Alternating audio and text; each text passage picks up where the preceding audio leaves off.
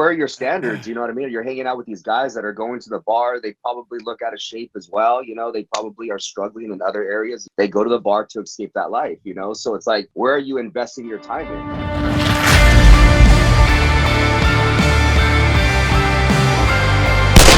Welcome to 45 on the Hour podcast. I'm your host, Colt 45, and I'm here with a super valuable guest. It's a gentleman that I've actually been following for a while. His name's Richard, and he goes by Warpath Fit online. He is the man. He's here with us today. Appreciate you, big dog. How you doing? You too, big dog. I know I've been following you for a minute, man, and we've been kind of exchanging and talking, you know, and all this stuff. And I was like, I got to get this guy on, dude. He's probably got some crazy story, bro. I got to hear this, man, how he got into this, you know? And I saw the before and after pictures, bro, and I was like, dude, look at this guy, man. Dude, you were horrible. I know. I was like, dang, bro, he was bigger, man. And I was like, and I was the same, bro. Dude, I had a gut, bro.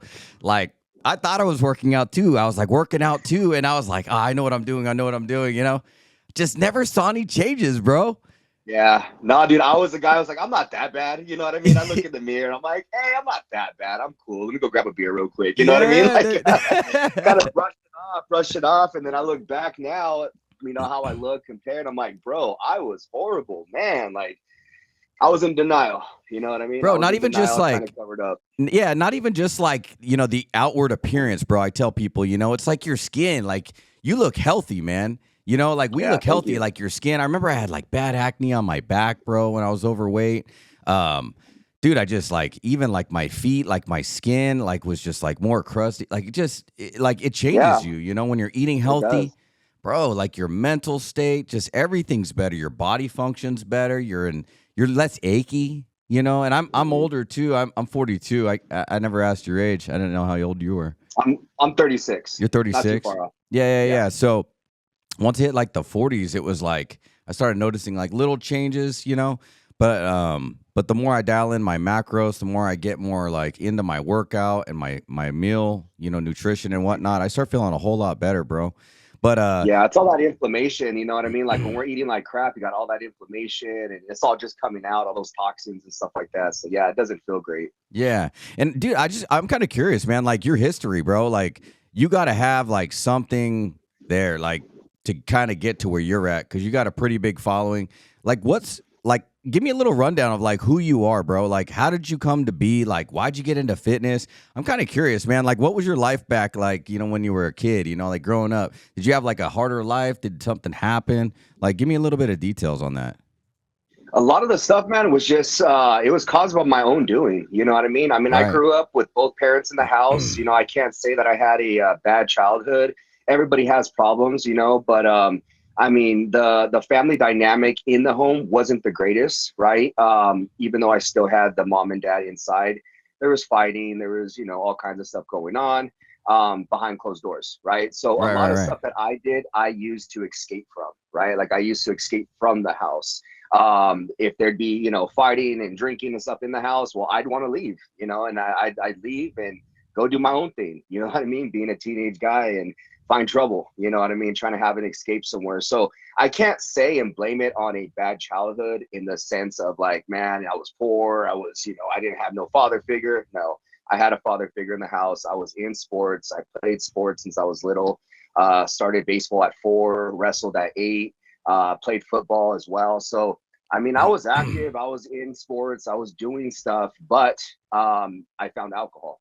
And that's what I really used to escape. And I remember about 5, 6 years old, you know, my dad drank, of course. And at the end of his bottles, he would ask me, go grab me another one, right? Well, I would sip the very end of it. There'd be like very, you know, little left over.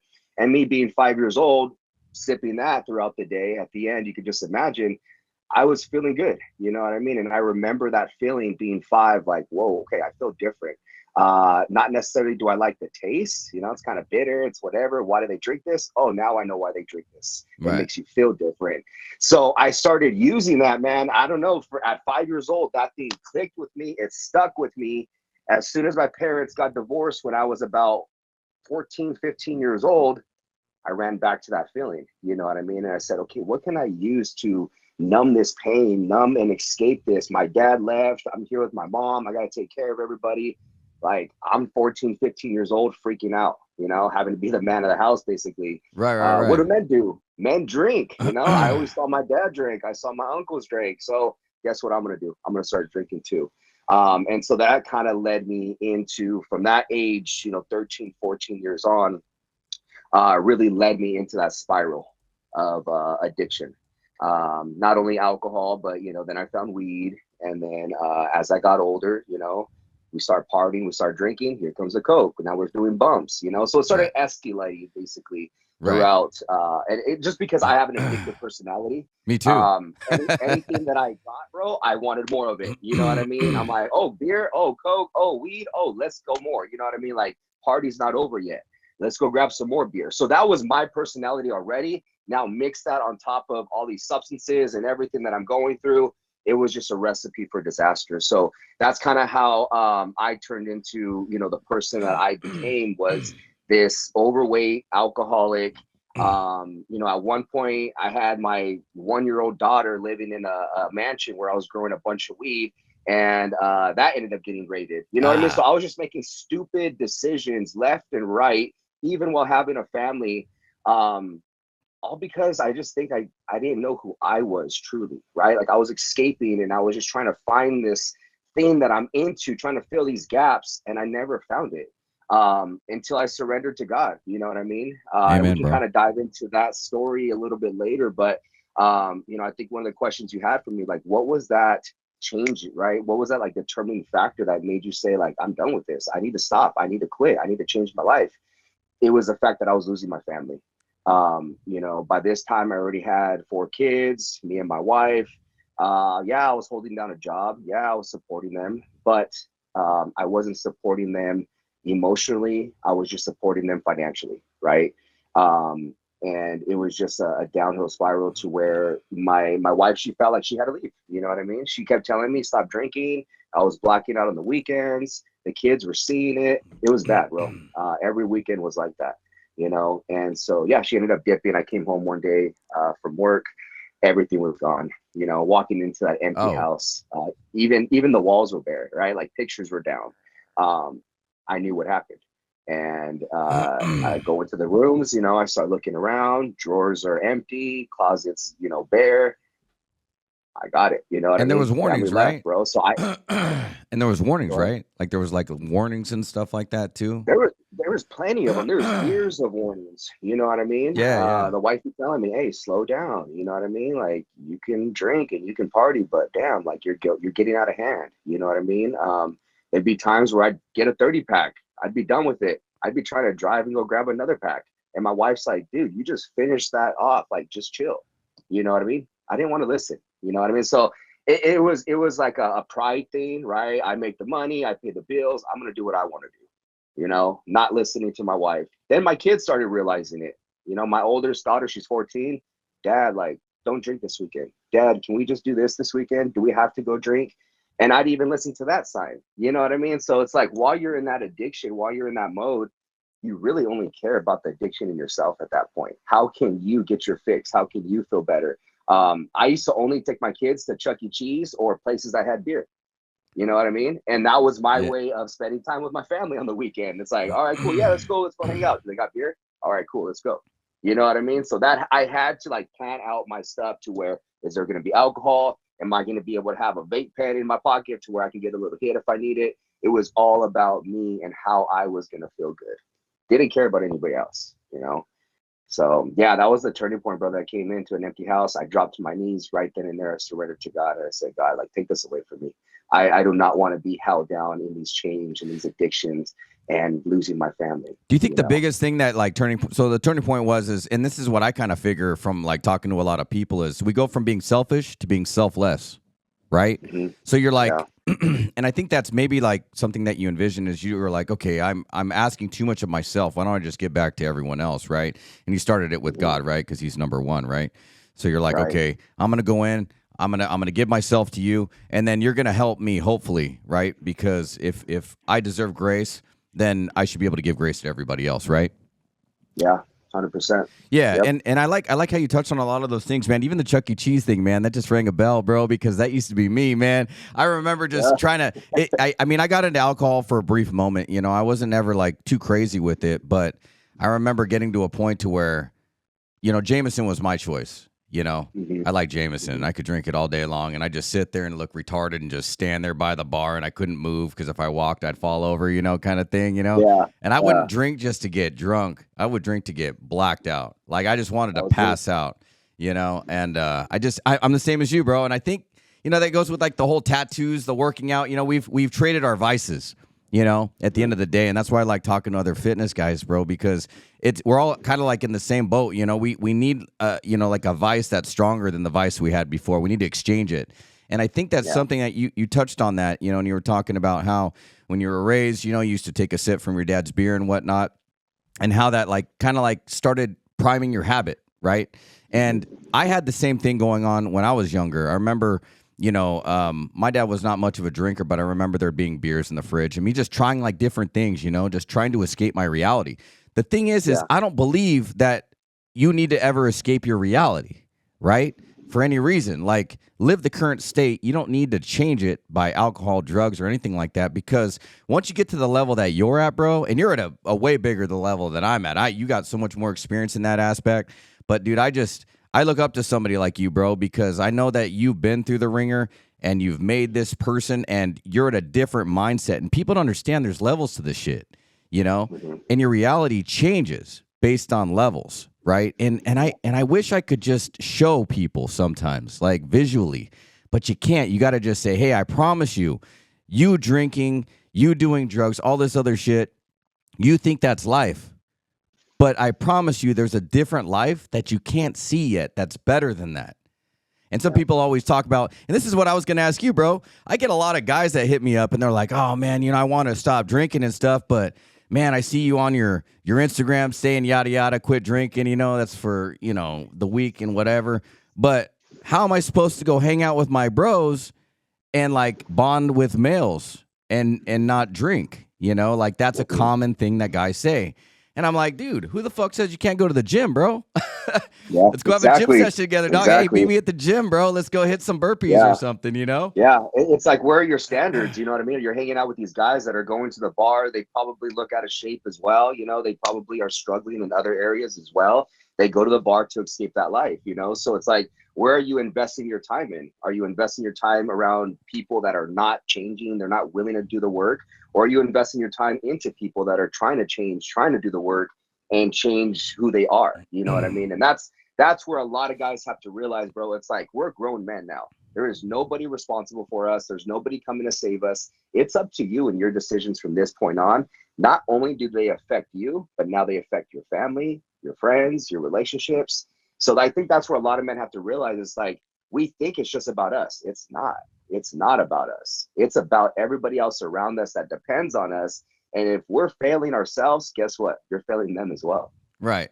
And I like how you touched on that. It does feel good, and to me even like because I had to change my thinking. You know, I went from being selfish to selfless, right? And my whole life, man, I struggled, man. I had a dad that left when I was like 5. You know, he became a chick. You know, he changed his sex. I kept that hidden for years because I was so ashamed of myself. I was like, oh, people are gonna look at me like I'm the same. You know, I was like, I'll just tell people my dad's in prison since he never comes Yeah. around anyway. So I lied about that my whole life, and it killed me. So then I had to be the bad guy. So then I got into fighting and just being a knucklehead and getting raised like an idiot, you know, and barely graduated high school, got into the Marine Corps, went to combat, got out, you know, and then I got into motorcycle clubs, pretty big, you know.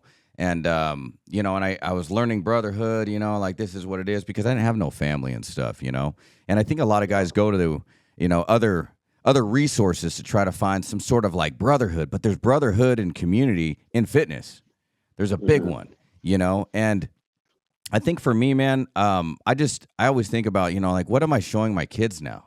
You know what I'm saying? Yeah. Because I have 3 daughters, so they're always looking to me, you know, like you know, and I'm always the one. You know, it's always dad's fault, right? You know, even when you're doing good, you know, but at Oh least they yeah. have the option to say that, right? Because I'm taking care of them, you know, and I always think that's a blessing. How did everything shape? Like, how did you become this fitness guy? Like what made you get into this whole fitness program thing? I know obviously you got into, giving your faith to God, but then like how did you get into the fitness part? Like what made you want to go all crazy with that? Did you just start losing weight, start working out? Did you get a coach? Like did you learn from someone else first? Like I'm kind of curious about that. Yeah, so going back into like, growing up in my childhood, being an athlete, right, being into sports, I've always been active. I've always been physical, right? And so I felt like I lost that. At one point, that was my identity. I was an athlete. I played a bunch of sports. People knew me as that. Then I got into drinking. I lost my way. I was getting into trouble. Then I started being known as that person, right? This person that's, always getting into trouble and drinking a lot and whatever. So I was like, dude, I need to get back to my roots. You know what I mean? I felt like I lost my identity. When I looked in the mirror, I didn't recognize who I was anymore. Not only physically, but mentally and the habits that I was doing. I would go out on the weekends and want to go work out, want to go, throw the ball around. Now I was wanting to go just drink. So I felt like, man, I need to do something. I need a drastic change to where not only is it going to help me get sober, because that was like my number one thing. I need to get sober. I need to get my family back. But I also need to get back to who I was physically and mentally. And so like, what else can I do to get sober and change my body? I'm gonna start working out. I'm gonna go back to my roots of what I know, So that's what I did. I did hire a coach in the beginning to help me more with like the mental aspect of it, to get the nutrition aspect of it down. I always just worked out. I never focused on my nutrition. That's why my body never changed before. And so I was always like that stockier kid growing up. You know what I mean? I still had a lot of weight on me, little bit of fat on me, but I was thicker. So learning that part of it from a coach really helped me. And that's what triggered that next addiction for me. It's like, okay, like I found something to replace the alcohol. I found something that's going to actually help me now advance myself. And I feel really good doing it. It honestly felt better than any high that I've been on. I would push my body to the extreme. I would go out to the garage and I would hit burpees, bro, until I couldn't hit no more. And that was more of like a mental thing for me. I would go work out until I didn't want to drink. So on the weekends, if I felt like I wanted a beer, I would go to the garage and I would just hit burpees until that feeling went away. Sometimes it would take 100, sometimes it would take 500, 1,000.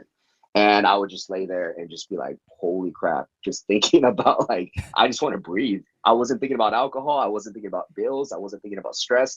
How can I just breathe? And I'm like, okay, I found something. Like this takes me to a whole nother level.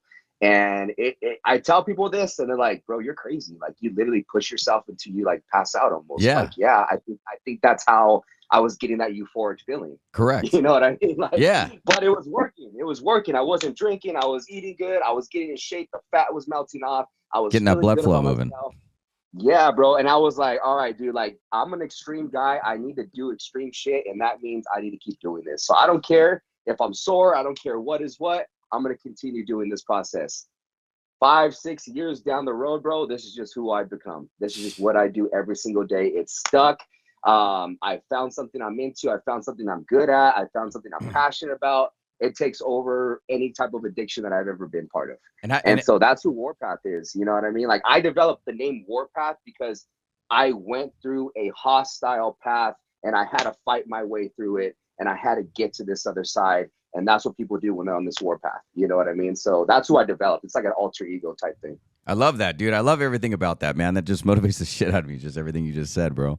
Dude, yeah. I like how you touched on a couple of those things, man. I want to just talk about that. So in Warpath, right? Because that's you. Like you're fighting a war every day, right? That's what you're saying, you know. And I always say to people, you know, because like I was in the Marine Corps, you know. So I always say, hey, you might have lost the battle today, but that doesn't mean you can't win the war. You know what I'm saying? Like, because like, at the end of the day, the war is the war of life, right? At the end of the day, like, right. You're here. And I always figure, like, and I've said this before on other podcasts, you know, I always feel like I'm, like, chasing this dude that I could have been. You know what I'm saying now? And someone told me that a long time ago. I think it was Ed Milet. I think I was listening. I don't know if you know who Ed Milet is. Yeah. He saved my life, man, back when I was 37. I heard a thing about him. I was a very selfish person, man. I would just go to work. I would avoid everything. I would try to be a dad, but I wasn't present, you know? And I never understood how important getting your vibrations up was.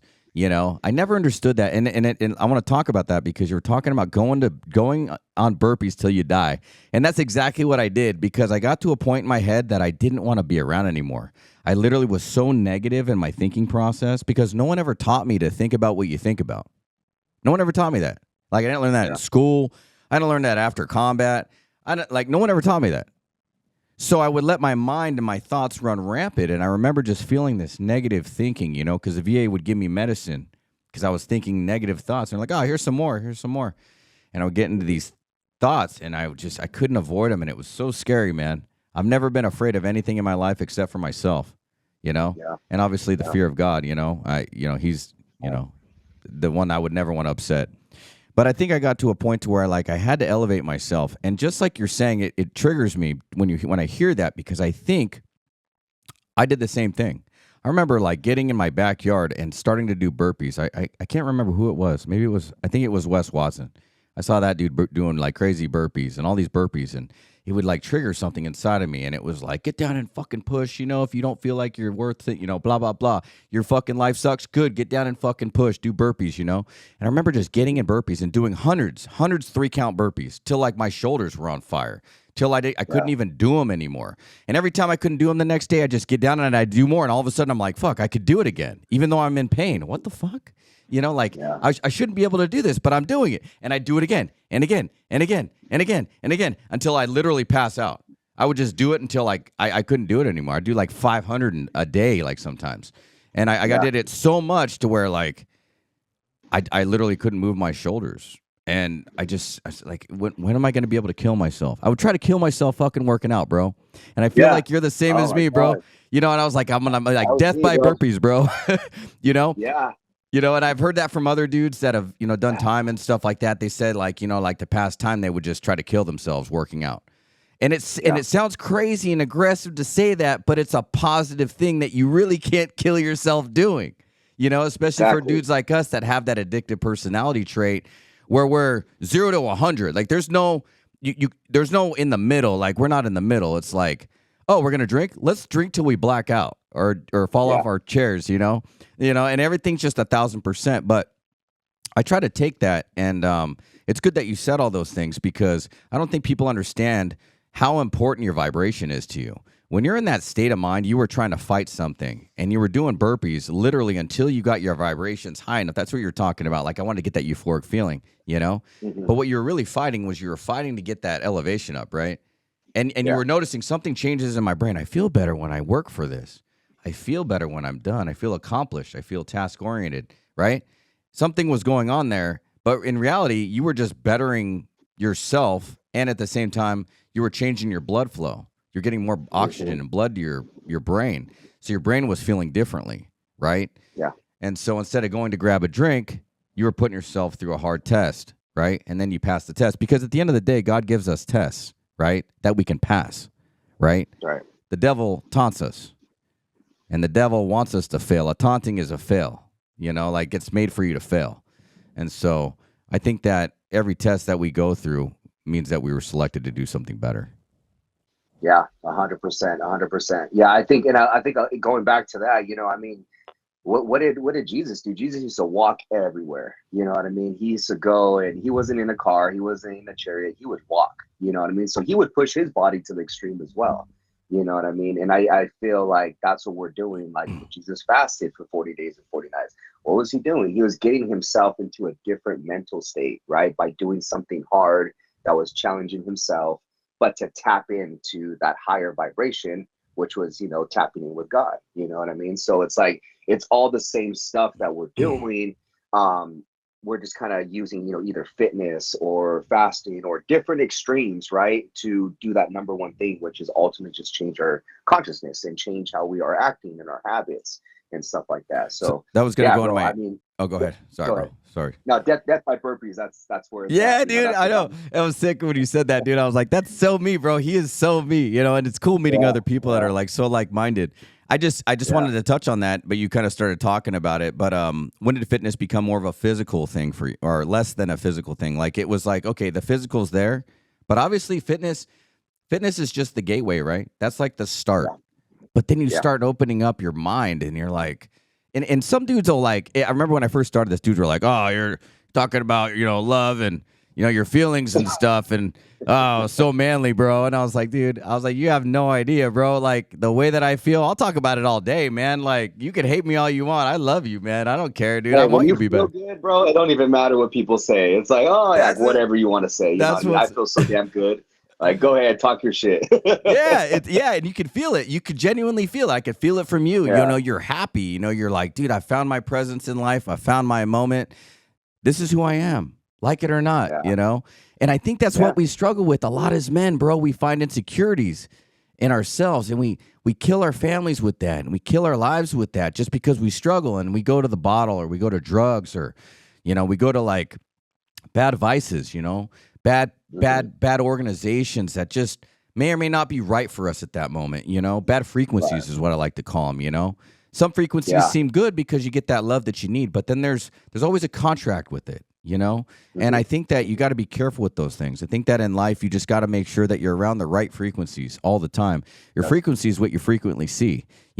And so when I put myself into this fitness world, I was always looking for, like, my whole life, man, I've been looking for brotherhood, because I didn't have a dad. So I can't replace my dad, but I never knew it, but I always had a father. He's right there. And so Yeah. I just had to know that, like, okay, I have a father, but I do want a family. I want to surround myself with a family, some sort of community. How do I get that? And I found it with fitness, man. Honestly, fitness and jujitsu.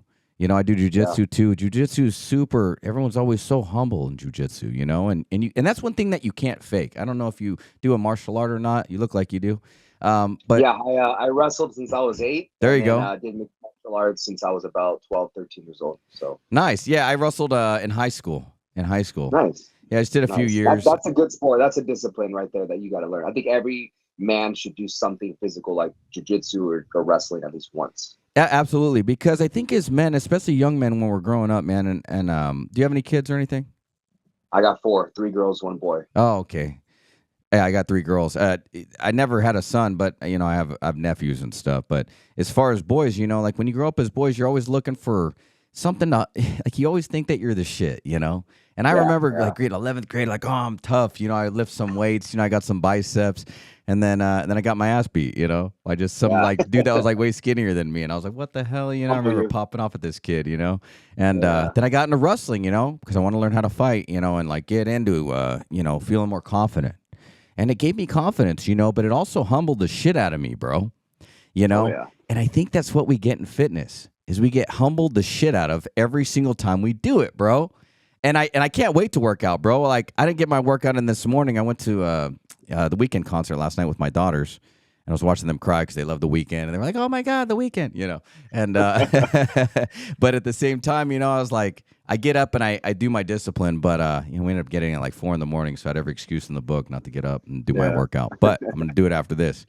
But I'm always looking forward to that vibration increase. I look forward to it every day, man. It's like it's literally a part of my life, and that is my replacement for my loss in family, or not having like a brotherhood. I have a brotherhood in fitness, and every time I go to the gym or every time I need a brother, I just reach out to somebody. And I'm just like, hey, Yeah. bro, you want to get a workout? And hell yeah, man, let's do it this Saturday. You got legs? Oh, hell yeah, I got arms. All right, cool. We'll mix it up, whatever.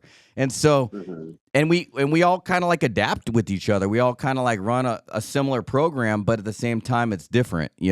I call it a wargram. Because I Yeah. was in combat. I made that up. I was like, program? That sounds kind of soft. I'm going to call it, because everyone's always like, program time. There's like some guys, like I know True. Strava Fit does that. He's cool, man. But I was like, I'm going to Yeah. change it. I'm going to call it wargram, because There you go. every day you go to war with yourself, bro. So There I you just, go. and Yeah. I thought it kind of matched with the whole Marine Corps thing, and everything. So I I was like like, it. Yeah. yeah, yeah, yeah. So I just kind of made it up and thought it was funny.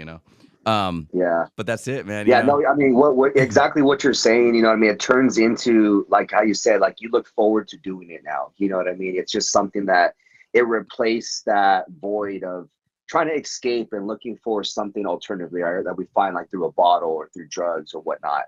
People ask me all the time, don't you get tired of working out, or do you work out every single day? Like, aren't you sore? I'm like, yeah, but at the same time, if I don't do it, I always feel like something's missing. And I do, take rest days. Believe me, I work out 6 days a week, I rest on Sunday. But even when I'm resting, right, my rest day, I'm doing something active. I'm walking with the kids. I'm playing outside, right? So I'm doing something physical. I can't just sit there and not do anything physical I have because a at hard that time point, doing that's that. what I feel. Yeah, dude, I have like ADHD. I got to be moving. I got to Me be too. doing something. I'm thinking. I just can't sit still sometimes. So it's just like it keeps me focused. It keeps me moving.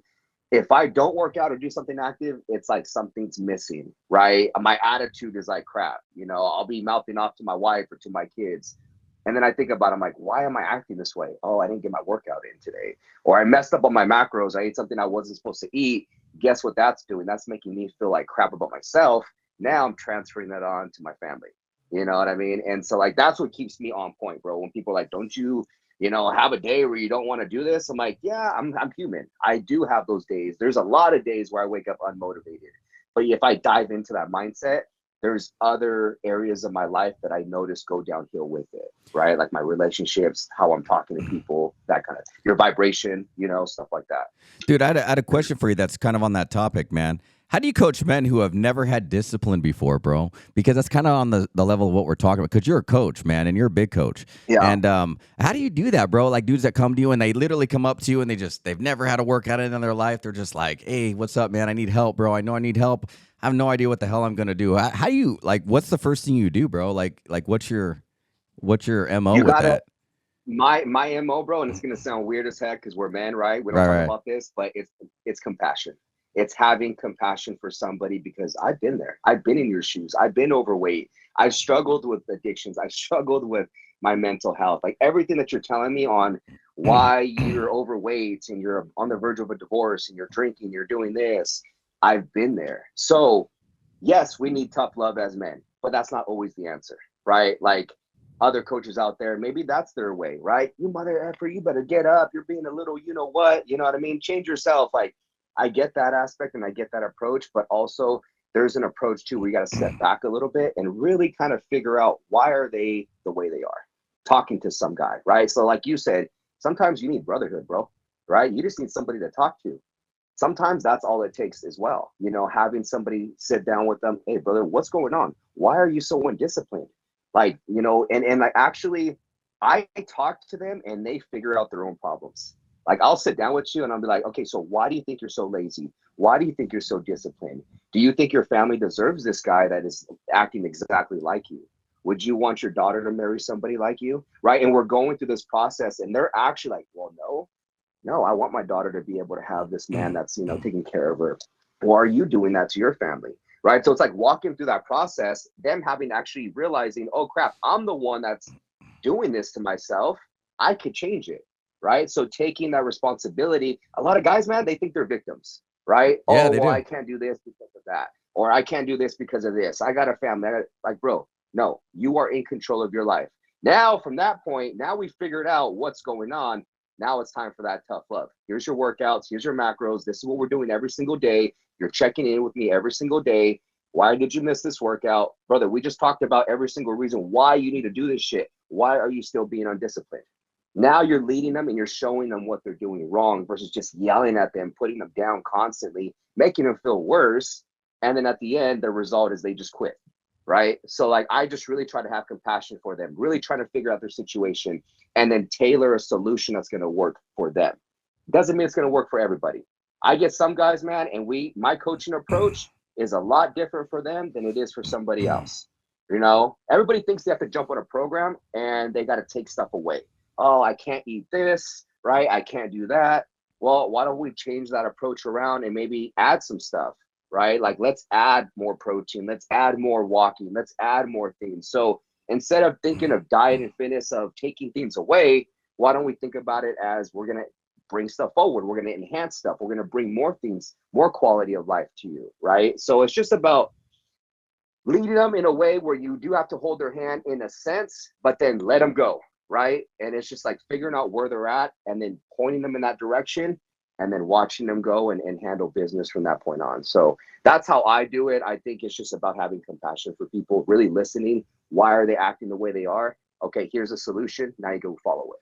I And like that's that. it. And then Real simple. and then every once in a while, give him a little kick in the butt, right? A little one, Yeah, you know, every like, once hey, in a bro, you're while, you're you're kind of lacking. I see what you're doing, bro. I see what you're doing. You ain't a Yep. victim. We've talked about this, right? So it's a little bit Yep. of both, right? And I like how you said that. You actually give them a chance to take off their mask. You know, and I think a Exactly. lot of the parts of taking off your mask and really figuring out who somebody is just letting them do it themselves, and then you come in and you kind of find like something to relate to them on. And so usually what I'll do is I'll throw a bone to somebody. I'll do something. I'll throw out something that makes people really uncomfortable. Usually it's talking about my dad, because for a lot of people, Mhm. me saying, "Hey, my dad, left when I was 5 to go become a woman." People don't understand Yeah. that. They're like, "Whoa, hold on a second. That is Yeah. Yeah. so different, and it makes me a little uncomfortable hearing that. But I make myself vulnerable. And then sometimes people are like, yeah, man, I had a guy I did that. This hardcore guy, man. He was a former like, gangster. He had a past life and stuff. Did a lot of time, and we were talking about some stuff, and he was like, yeah, man, I left my house because I was troubled because my dad, was seeing another guy, and I was like, wow, okay. I understand, so I can relate because we're on the same level. Yeah. We've had something similar. Then he took off his mask and he just started crying, man. And he was like, man, I've never talked to someone about that. No one knows that about me. And he felt so Mhm. vulnerable, right? And then that Yeah. makes you want to understand somebody else by taking off your mask. So then you relate. And then once you relate, you got a lot of shit in common. And a lot of people have a lot of shit in common. They just don't know it with other people. Mhm. But what Yeah. they don't do is they don't give themselves a chance to open up, right? And that's just one of those things that if you're not disciplined, how are you supposed to find other people that are your people? Right. And that's what I talk to some of the people on here about. I always talk to people like, discipline's all about doing the shit that you don't want to do every day, but doing it like you love it, right? Hmm. And then if Hmm. you do that every day, you're showing people who you really are, right? And then other people are seeing that and they go, "Oh, that's my person right there. That guy's like me. I'm going to follow Yeah. that guy because he's like me." And I want those people in my field of vision, right? Because those are the Hmm. people that are going to get me into the frequency I need to be at daily. I need to be able to be attracted to that. So when I start falling off and I go watch my boy Warpath Fit smashing out some burpees, or he's got a good thing he did for somebody else, that gives me another reason to keep going. I'm like, all right, that's my dog right there, dude. He got me going, bro. I needed that help today. He pushed me a little bit. And then maybe one day you need it and you see something I do and you're like, hey, oh, yeah, I needed that. All right. And we kind of always, Hmm. keep lifting each other up. What do you think Yeah. about, dudes, bro, that, like, what do you think about guys? Like, what are men lacking today? I feel like this is a common question amongst like most women. I talk to women too, and they're always saying, like, what's wrong with the guys today? You know, and because most women are trying to be more, they have to be more masculine, and they want to be more feminine. But I feel like a lot of guys are lacking a lot of things today, and I don't know. I'm curious on your opinion on it, masculinity, accountability, and growth, because that's important Hmm. in the teachings that you do. Yeah, I think you said it right now, accountability, and that goes back to what we've been talking about as far as like men are so afraid to take accountability for themselves, and that goes into ripping the mask off. I think a lot of guys are acting a certain way, but deep down inside they feel different. And that kind of causes this friction of who am I? What am I supposed to be doing?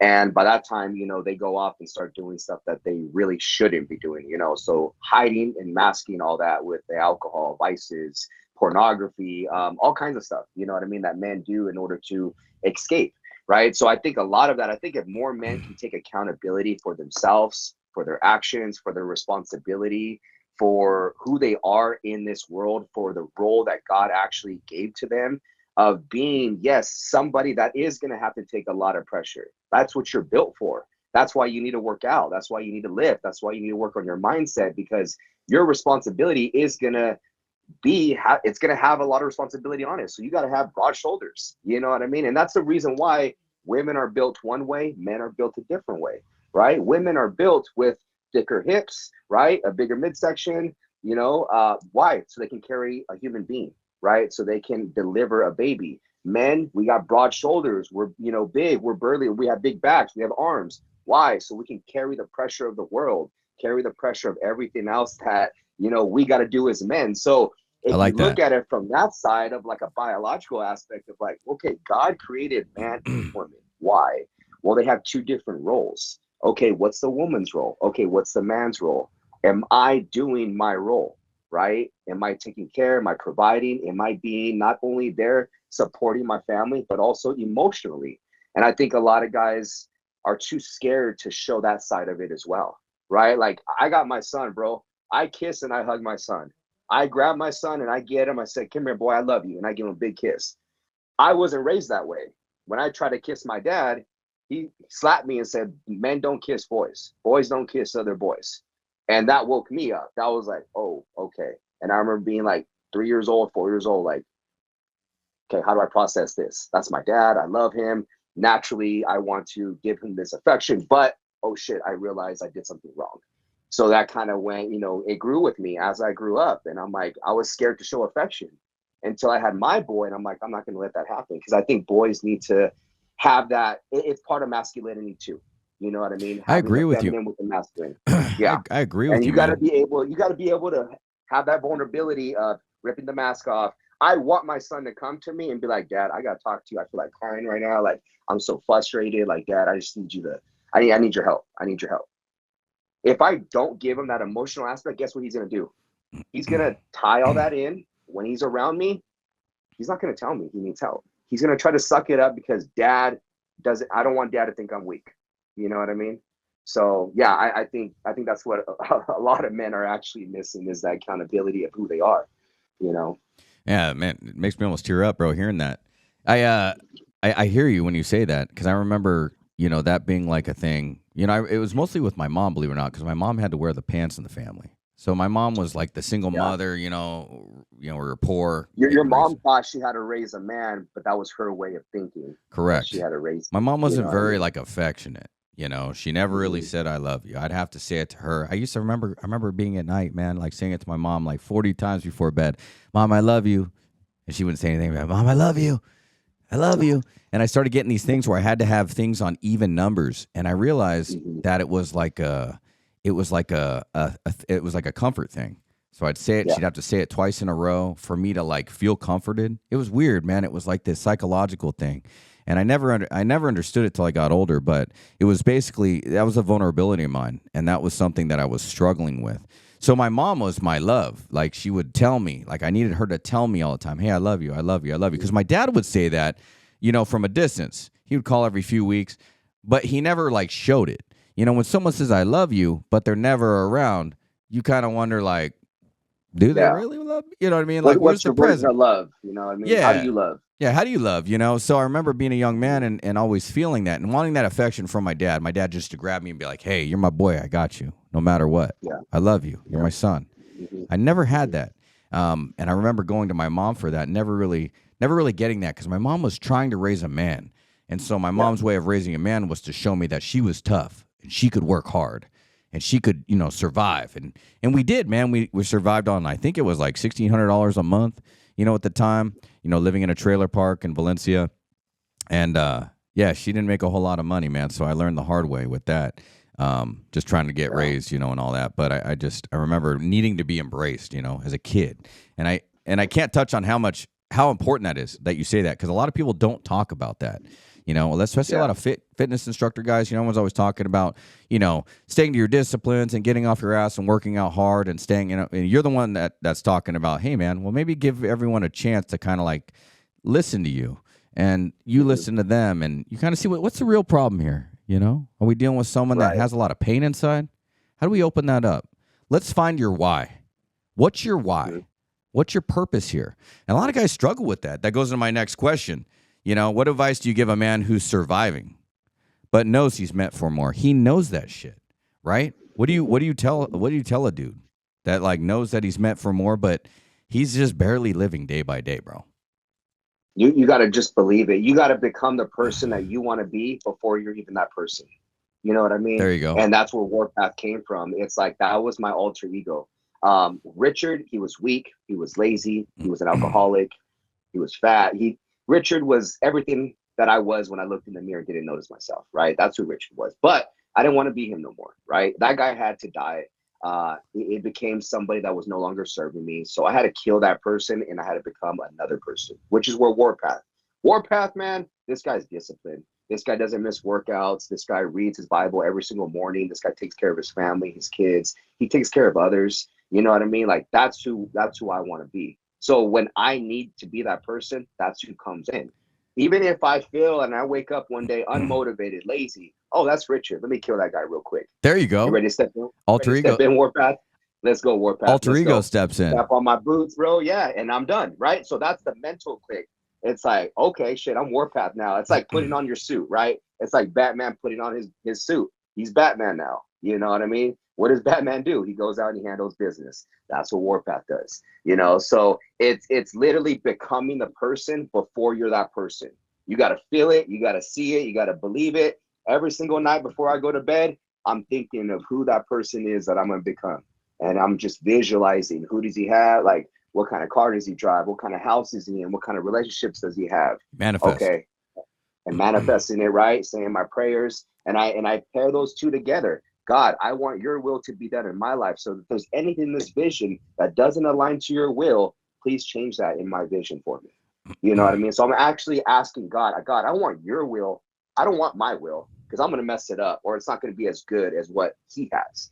So God, please show me what that vision is so I can visualize it and trust you that that's going to come. Now, when you pair those two things together, it's going to happen. There is no question about it. And now you just live every single day like it's there already.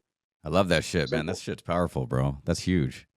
I remember going back to this question, and I was writing these questions for you, thinking like what I was going to ask you, and I started thinking and manifesting about myself, and I was like, what would you do, Colt? You know, like what would you do if some dude was? I was like, man, you know what I think about? I think about when I was trying to survive every day, even up until like 37. I was starting to have panic attacks, bro, and anxiety and shit. And dudes don't talk about that shit, bro. That's like a female thing that females talk about, you know? I was like, doesn't mean I'm a female because I talk, yeah, I got to hold that shit in like all the other dudes. I got to be strong and tough, and I don't have feelings. I gotta get up, bro. I gotta be tough, you know. I gotta just go to work and say fuck my feelings, you know, and all that stuff. And I got nowhere with that shit, man. It never helped me. It just made it worse. Nope. But then I started worse, thinking to bro. myself, bro. I was like, who the fuck is this dude? Like, if some dude came up to me and he was saying, man, I'm just trying to survive, but I know I'm meant for more. Who is that? And I was thinking to myself, I go back to when I was a kid, when I was 5 years old, bro, and I was like in my dad's house with my mom, and my parents were arguing and fighting, and because of my dad's problems, and my mom was trying to leave. She didn't want to leave her husband, but my dad wasn't being a man, obviously. And I remember thinking to myself, when they were arguing, I always think about this dude coming in, almost like a spirit, but it's me, like the older version, the perfect version, the 2.0, the 3.0 version of Colt, coming up to the little dude, the little 5-year-old sitting on his bed, waiting for his mom and dad to come in and say, hey, everything's okay. And I come in and I save that little dude, and I grab him by his hand. I'm like, hey, little dude, I got you, bro. It's all right. Let's go. And then we walk off into the distance, you know, together. I got his back. And so that's what I think of when I'm trying to think about what it is about surviving, you know, like how do I survive this, you know? And it's like I got this alter ego. So like you're saying, you created this alter ego with like the Warpath Fit, right? And so I think of that. Like, okay, I know you're meant for more, and here's my big brother. He's here to save me. But it's really me in the future, the person I could have been, right? So I'm going back in time. So every time I think about, fuck, dude, I just want to quit this shit, dude. Fuck this. This life sucks, man. Even like lately, I mean, I have my daughters going through their emotions. My other daughter's going in the Marine Corps in a couple weeks, and she's not talking to me right now. We're butting heads. And, you know, because she's a lot like me, you know, she's got that, you know, that type A personality, you know, and my other daughter's into boys, and, you know, and I go through all these emotions trying to figure out how to control everything. But at the same time, I just don't do it anymore. I just go, you know what? I'm always going to be here for you no matter what. So my alter ego is always about helping that little boy that was stranded. So every time I feel like shit and I'm trying to survive, I just think into my head, okay, hey, here's Big Colt. I call it Big Colt, you know, Big 45. He's coming up. He's going to come grab little Colt by the hand, and he's going to walk him through life. He's got his back, you know. Hey, I got you, little brother, you know. And that's what makes me feel good, bro. And I tell some dudes that, like, think about the person that you could be. Like, think about that person real quick. And I'll ask guys sometimes, what does that person look like to you? Tell me. Just describe him. Oh, bro, ripped, you know, six pack, you know, tatted up, you know, gets all the girls, you know, and da da da da da da, or whatever they say. And I go, okay, cool. Well, that person is there in the future waiting for you. You could have that person. You got to find a way to get him. You know, like, and then I try to get back to a time in the past where they were struggling or something and try to find something to connect it with, you know, and then to try to remind them of the reason why they started this. Or like, why did you call me? Like, you got to remember the reason why you called me. And then you got to place that on it, you know, because eventually they're into the future where they're trying to change, but they start having these relapses, you know, where people want to go back. I don't know, man. That just touched me, dude. I was just thinking about that for a second. That's what I always think about. Yeah, no, and I love that because I think about that when people are pissing me off. You know what I mean? Yeah, Like, yeah. bro, I used to You be suffer from right. anger, right? You could ask my wife, bro. I have anger issues. You know what I mean? I'll admit it. You know, back in the day, dude, I was that guy that was, you know, fighting on the side of the freeway. You know what I mean? Just over road rage or some shit, you know? So now when people piss me off, I think of them as a kid. I think of them as a baby. And you know, it's this big old guy trying to yell at me. And I'm over here like, dude, at one point you were a little baby that was, you know, depending on your mom. You had all these fears, all these insecurities. I wonder what's happened between that time and now and why you're this person. And dude, honestly, that just changes me. It doesn't make me mad anymore. I don't see you as a threat no more. I see you as somebody, a human being that needs help, that needs my compassion. That maybe you're having a bad day and I'm just on that receiving end of it. You know what I mean? No big deal, right? I could take it. I'm skilled enough to be able to have a strong mentality and take that. So that's my gift to you is the fact that like, hey, bro, hey, we had a little disagreement. It's all good. You know, I love you, bro. Praying for you. Let's move on. You know what I mean? And we go about it. I've diffused a lot of situations that way, you know, all because of changing the way I think about others. He's a baby that's struggling, and now he's just a bigger version of himself. There you go, bro. Ain't no one want to mess with you, bro. Trust me. But I was gonna say, man. Yeah. I was gonna say, bro. I hear what you're saying, and anger is like one of those topics, man, that I think we should discuss for a second, real quick. I struggle with that my whole life, and I realize that anger is just a check engine light. That's all it is. And if you really think about it, if you really break anger down, and you're like, I feel angry right now. I try to think about it like, why do you feel angry? I think about it in the third person, almost like someone's coming out in front of me and going, why do you feel angry? You know? And it's like my third person, and he's like, bro, you feel angry because you're a bitch, because there's something from your past that you're blaming on this other motherfucker. This guy did nothing to you, but you feel angry because he has a different opinion than you, don't you? Oh, okay, you need work, right? That's what you need. Let's go to the gym. Let's go thrash yourself because you deserve to pay. You owe. Yeah. And that's what I always talk about. And I talk about that in my alter ego. I say, you owe, Colt. That's why you feel the way you do, because you're not humble enough, are you? Good to go. That's what they used to say in the Marine Corps. Oh, good to go. Who owes today? Oh, you know you owe. And they would like convince us in our mind that like we owed. And you didn't have to go get thrashed. You just did it because they got into your subconscious. And you're like, wow, do I owe? I feel like I do, because you go through guilt and shame and these things that you've been holding in because you know damn well you haven't been putting out, right? And that's with like your program and like these fitness programs. It's like, you know damn well if you've been putting out. You know damn well if you paid the price today to stay alive, to get another day, because you weren't humble enough. And you feel the way that you do in that anger sense because you weren't giving it your all, because you were slacking, because you know damn well you had more to give, but you didn't give it because you're selfish, aren't you? Yes. Cool. Now let's fix it. Let's be selfless. Right? Yeah. And that's what a lot of this stuff is, bro. Everybody thinks this is a fitness and nutrition program. Yeah, we're going to use fitness and nutrition, but we're going to use that to change all these things that we're talking about. Like, you're going to eat right and you're going to work out because that's going to change your vibration and who you are and how you think of yourself and how you treat others and your relationship with your wife and your kids. Like, we're just going to use fitness and nutrition just to do that part. So if you could, for a minute, not think about it as a fitness program, more of it's going to help me with my relationship, from marriage to my kids, to my faith, to my finances, because I'm going to be making more money. Because guess what? I feel better about myself. So I'm going to create more opportunities for myself now, you know? So if you change your mindset to that, and it's just like, oh, okay, fitness is just a byproduct of what gives me this. Oh yeah, I could do 45 minutes to an hour. That's all it takes in order to get all this other stuff out of the way or to fix X, Y, and Z. Cool. You know what I mean? I'll eat these 3 to 5 meals a day if it's going to help me get to X, Y, and Z. And that's the way I think about it. So now it's not that hard for me. It's a necessity. It's a non-negotiable. It needs to be done in order to feel good about myself. I hear you on that, bro. That's huge. A lot of guys don't think the whole like they're always like, hire a fitness dude, blah blah. It's like, how far have you gotten on your own?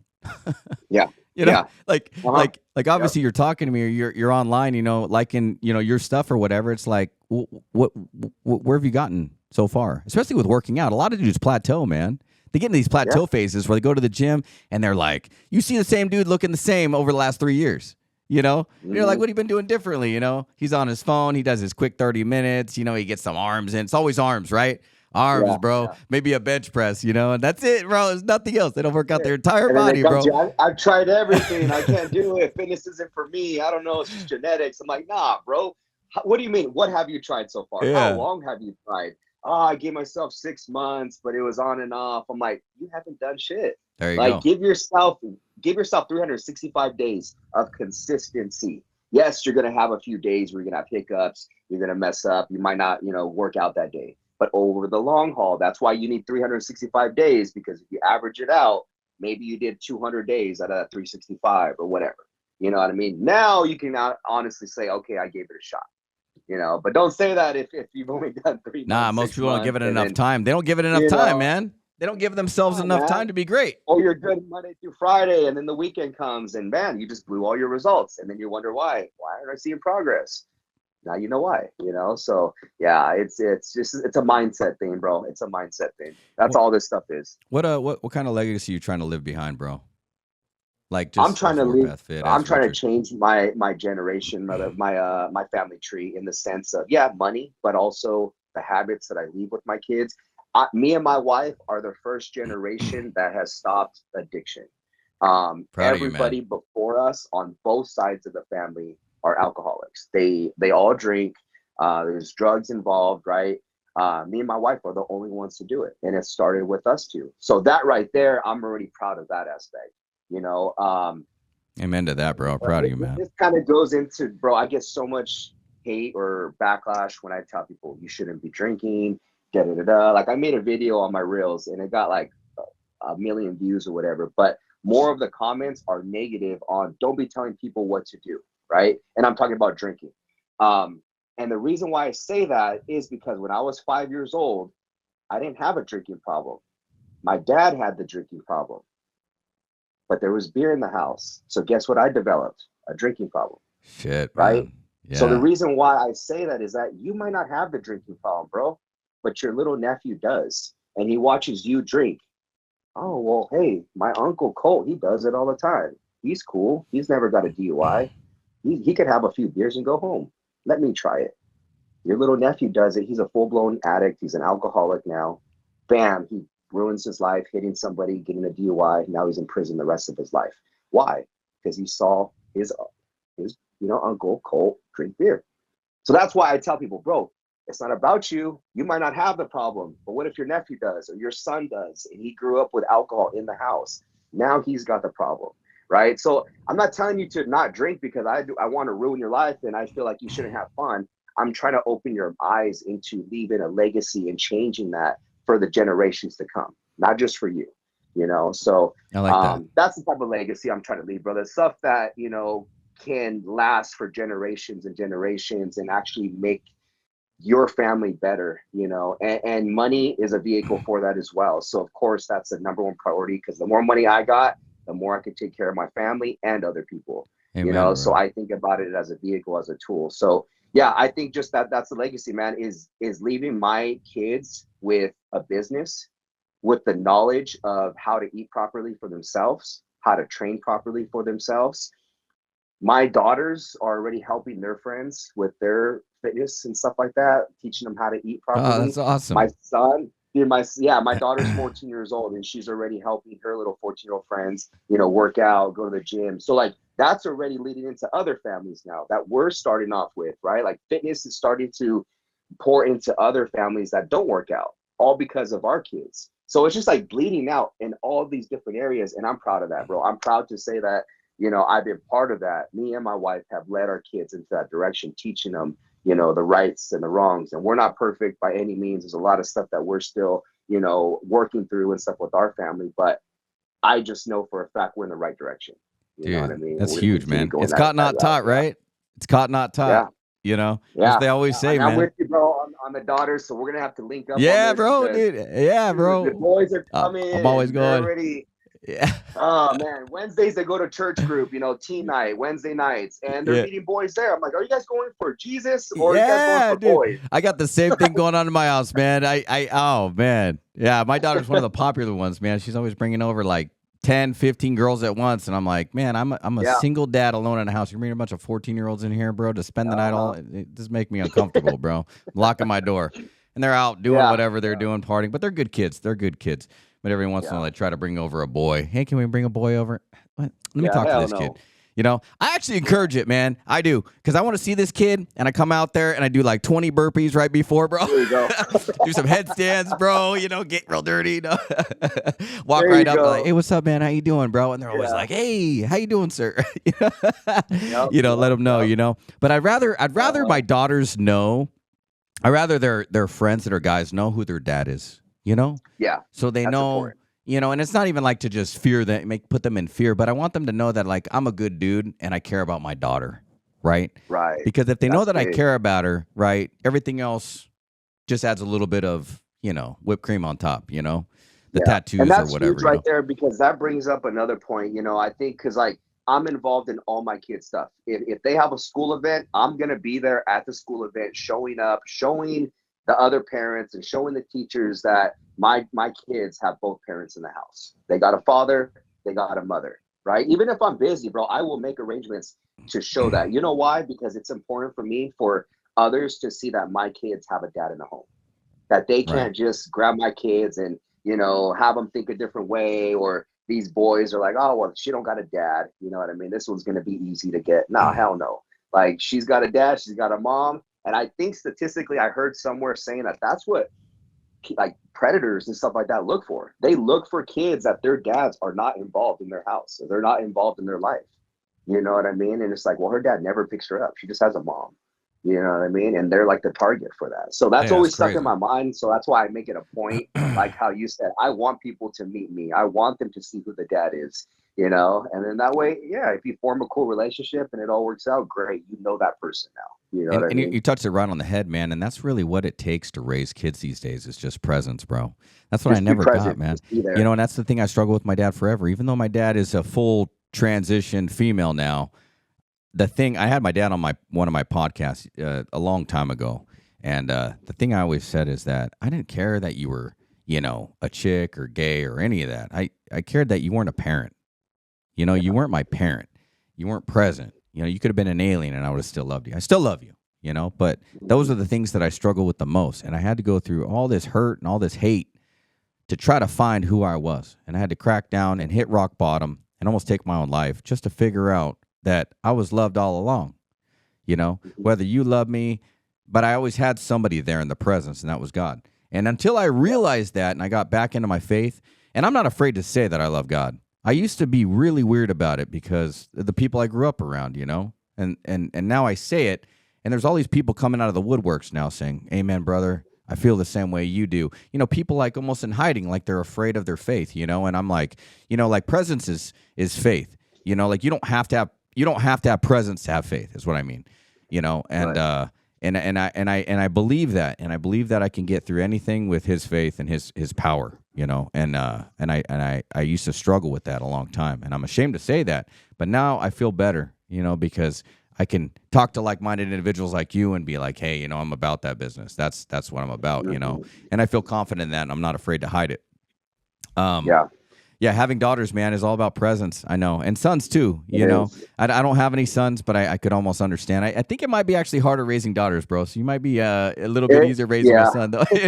They say I saw Yeah. some article, man, where it said that raising daughters is like so many times harder than raising a young man.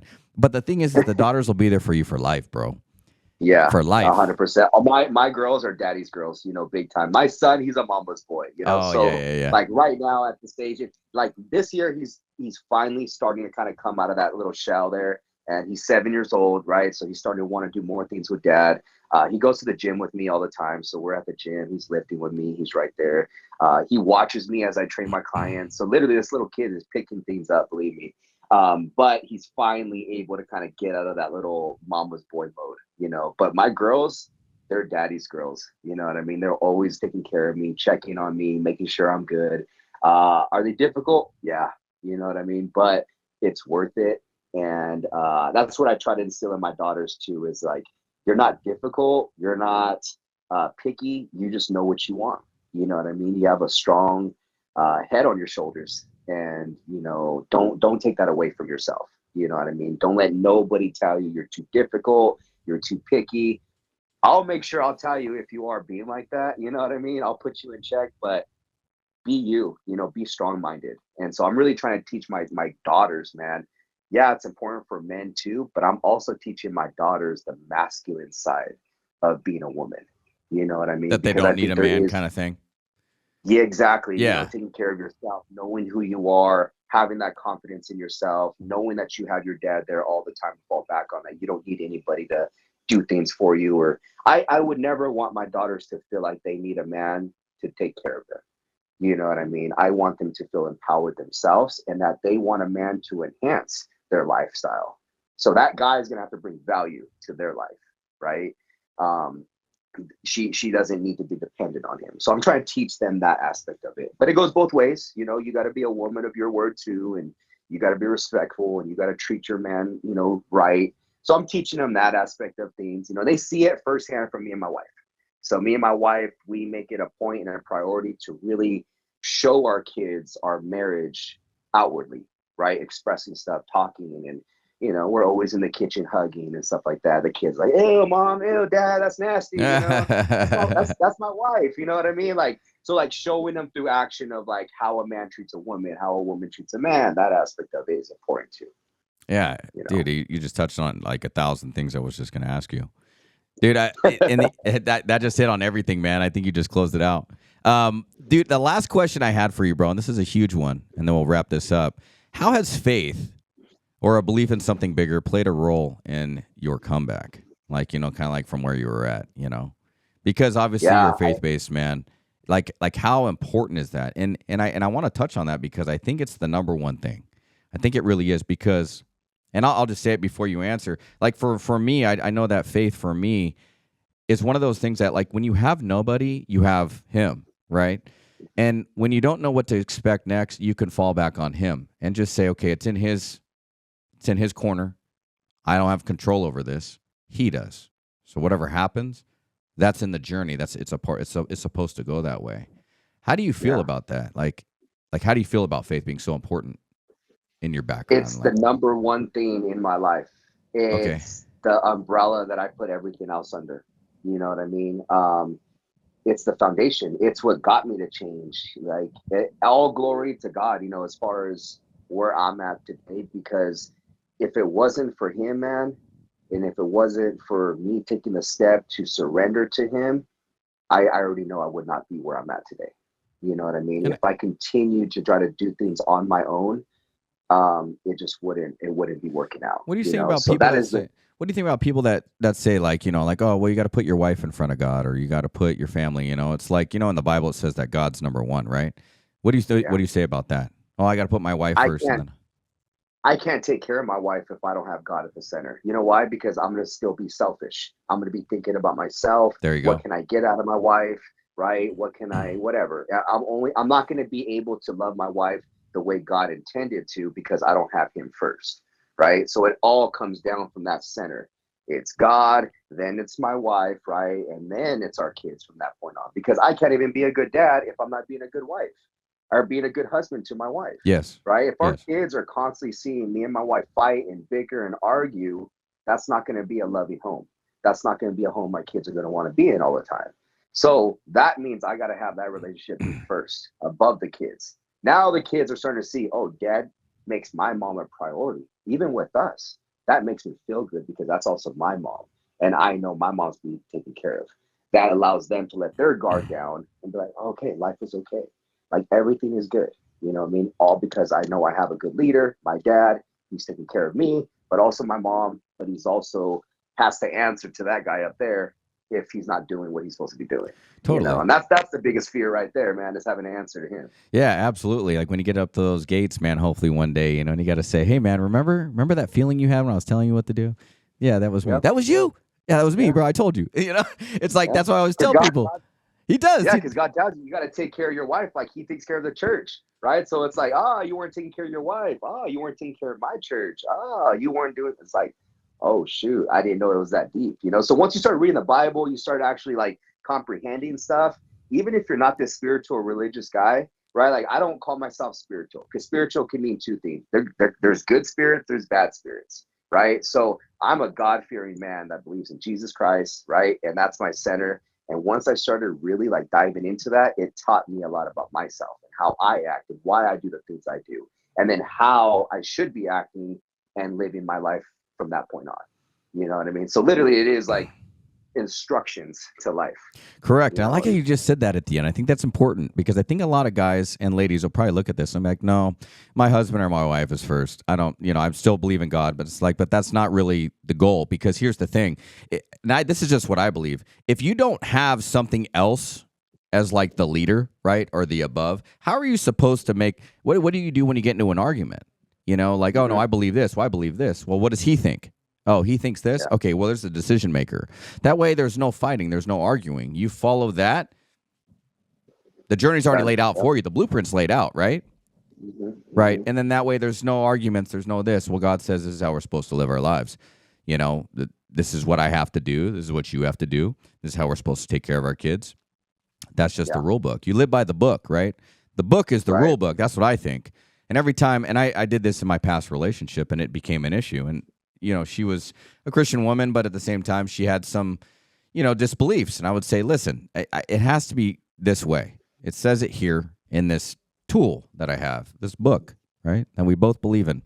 And in this book, it says X, Y, and Z needs to happen. Well, I don't agree with that, but it says it here. Because if not, then now I believe this, but you believe your own way. That's selfish. Unfortunately, that relationship didn't last. But because, and then, God opened me up to other things. And I believe that, like, God closes some doors, but then opens other doors, And I think that's what we have to understand as humans, is that if you are a God-fearing man, don't worry about what everyone else is thinking. Go by the book, and he will open another door for you. Just trust in him. It says in the Bible, I can't even remember how many times, but it just says, trust in me, for I am. I think it's like 84 times or 40 times. I can't remember the exact verse, but it's a lot. Something like trust in me. That's why they say, the heart can be deceitful. Like, don't trust your heart. Don't go by what your heart, right? And in today's world, what does everybody say? Oh, just trust your heart. No, that their heart is deceitful, because going back to your situation, right? She didn't believe that. She thought, well, I feel this way about it, right? So my heart is over here, despite what it actually says. So you can't trust your heart. You got to trust the word. And if I trusted my heart on everything, man, I one day I feel like having this, one day I feel like having that.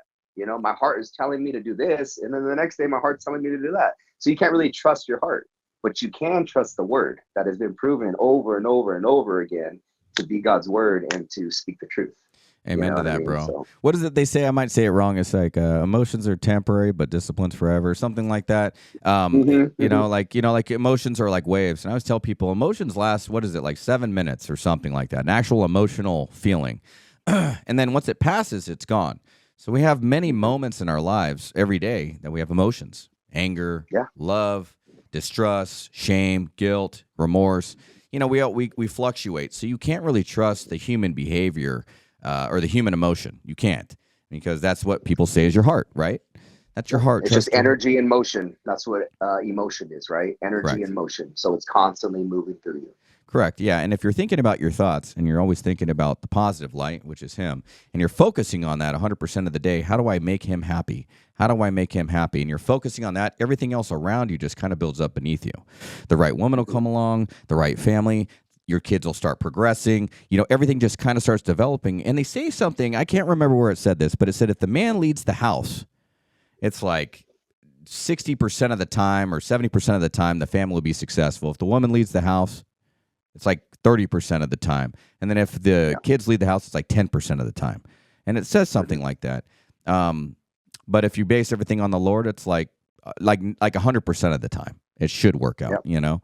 And so I think that's something to say about the book. You know, everyone needs a blueprint. Everyone needs something to follow. Right. Mm-hmm. Yeah. And I don't only have one, I have a few. And that's how I am. There you Man. go. It's like, That's one that's been around the block, bro. oh, this one has been with me for a long, long time. The leather's already coming off. Have you read the whole book? Just like, that's what keeps me. What's that? You read the whole book? Probably. I don't know. I haven't read it like from cover to cover, but me neither. I've read every single chapter, and I've been reading it. This past 2 years, really been dedicated to it. Other times, I've been a Christian for like 8 years, but never really took it as serious as I am now. So to me, man, it's just every single day I need to tap in, whether I feel like it or not. And when I don't feel like it, that's my sign that I need to do it. And that goes with like everything else too, right? I don't feel like working out. Oh, there's my sign. I got to work out today. I don't feel like eating this. There's my sign. I got to eat this today. Man, I feel so distant from God. I do not feel like reading my Bible today. There's a clear indication that I should be in that Bible today because the devil's trying to stop me from something. There you go. You know what I mean? So, it's my everyday battle book, man. That's what I take with me every single day, everywhere. I like that battle book, bro. I love that. Last question, man, and I'll get you on your way, bro. Is your mission about changing lives or saving lives? Well, I would say both, right? Because being a Christian, I am trying to save people, right? I'm trying to bring people more to Christ and save them. But I'm also, here to change your life as well, through fitness, through nutrition. You don't have to be a Christian to join my program, for example. So just because you're on my program, I'm not going to be sitting here trying to convert you every single day to, follow Jesus. No, I'm going to respect you. I'm going to show you what I believe in it, and I'm going to show you why and give you, I do add some spiritual stuff to my teachings. But I also want to just change you and physically, right? Help you think better, help you feel better about yourself, have you have more confidence. That's a big one for guys. So I think my mission is both. And I think they kind of go hand in hand, because if I can change you, then I could possibly save you from that point on. I like that. That's a good answer. Yeah, I saw that question and I was like thinking about it to myself, and I'm like, changing lives or saving lives?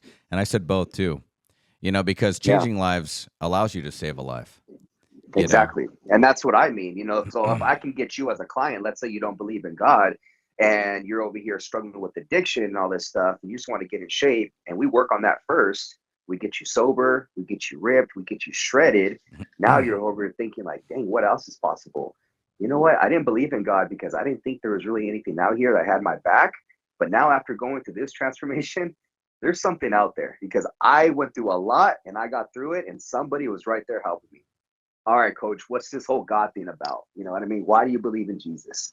Bam, now I'm able to have an opportunity to save you at that point. I like how you're saying that, man, because it opens other opportunities up. And this whole fitness journey, man, and this is just what I feel in closing, it's never been about like just learning how to work out or eat right. No. It's so much more than that, because you end up being like a life counselor in a sense, the venting tool.